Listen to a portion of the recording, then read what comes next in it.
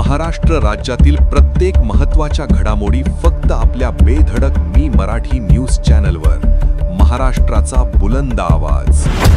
वीर एकलव्य चौकावर राजकारण खपवून घेतले जाणार नाही. आदिवासी समाजाचा एल्गार. नाव बदलाच्या चर्चेविरोधात तीव्र संताप. शहादा शहरातील नगरपालिकेसमोरील जागेला सन 2022 पासून वीर एकलव्य चौक असे नामकरण करण्यात आले आहे. मात्र नुकत्याच झालेल्या नगरपालिकेच्या सर्वसाधारण सभेत एका नगरसेवकाने केलेल्या वक्तव्यामुळे आदिवासी समाजात संतापाची लाट उसळली असून वीर एकलव्य चौकाचे नाव बदलण्याचा कोणताही प्रयत्न सहन केला जाणार नसल्याचा इशारा समाज बांधवांनी दिला आहे. आदिवासी समाजाच्या श्रद्धा, अस्मिता आणि इतिहासाचे प्रतीक असलेल्या वीर एकलव्य यांच्या नावाबाबत निर्माण झालेल्या वादाच्या पार्श्वभूमीवर विविध सामाजिक संघटना, कार्यकर्ते आणि समाज बांधवांनी मोठ्या संख्येने एकत्र येत नगरपालिकेचे मुख्याधिकारी तसेच लोकनियुक्त नगराध्यक्ष यांना निवेदन सादर केले. निवेदनात स्पष्टपणे नमूद करण्यात आले आहे की वीर एकलव्य चौकाचे नामकरण हे आदिवासी समाजाच्या स्वाभिमानाशी निगडीत असून त्यामध्ये कोणत्याही प्रकारचा हस्तक्षेप किंवा राजकीय हेतूने नाव बदलण्याचा प्रयत्न झाल्यास तीव्र जनआंदोलन छेडले जाईल. यावेळी उपस्थितांनी काही लोकांकडून चौकाच्या नावावरून राजकारण करण्याचा प्रयत्न होत असल्याचा आरोप करत समाजाच्या भावना दुखावणारे वक्तव्य करणाऱ्यांविरोधात नाराजी व्यक्त केली. वीर एकलव्य हे केवळ नाव नाही तर आदिवासी समाजाच्या त्याग, संघर्ष आणि स्वाभिमानाचे प्रतीक आहे.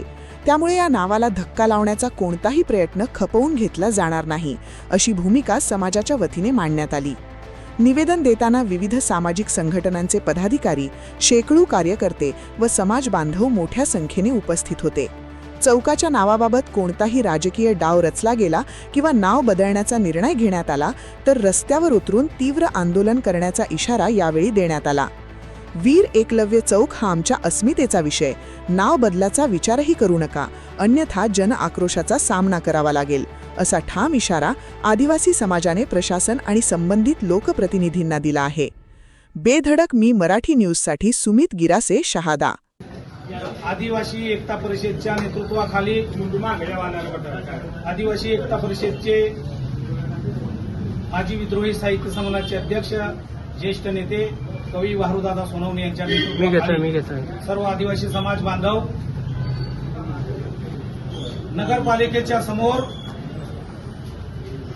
2022 मध्ये वीर एकलव्य नामकरण करून तिथं प्रत्येक वेळेस महादंडनायक वीर एकलव्य भगवान यांच्या जो रॅलीचा कार्यक्रम असतो किंवा प्रतिमा पूजन असतं नेहमी तिथं सालाबाबाप्रमाणे दरवर्षी आम्ही तिथं पूजन करून त्यांच्या स्मृतींना अभिवादन करत असतो. इथं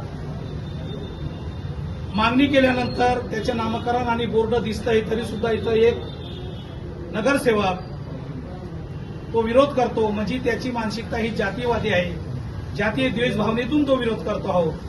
या परिसराचे नेते आदरणीय अण्णासाहेब यांच्या पुतळा लुणखेडा इथं आहे तरी सुद्धा हे माहीत असून सुद्धा एका ठिकाणी दोन पुतळे राहू शकत नाही. आणि समजा अण्णासाहेबांचा पुतळा उभा राहायचाच आहे तर शहादामध्ये भरपूर जागा आहे. आमच्या अण्णासाहेबांचा आदर सन्मान राखतो कारण या तालुक्याचे ते नेते आहेत, भाग्य विद्यार्थी आहेत.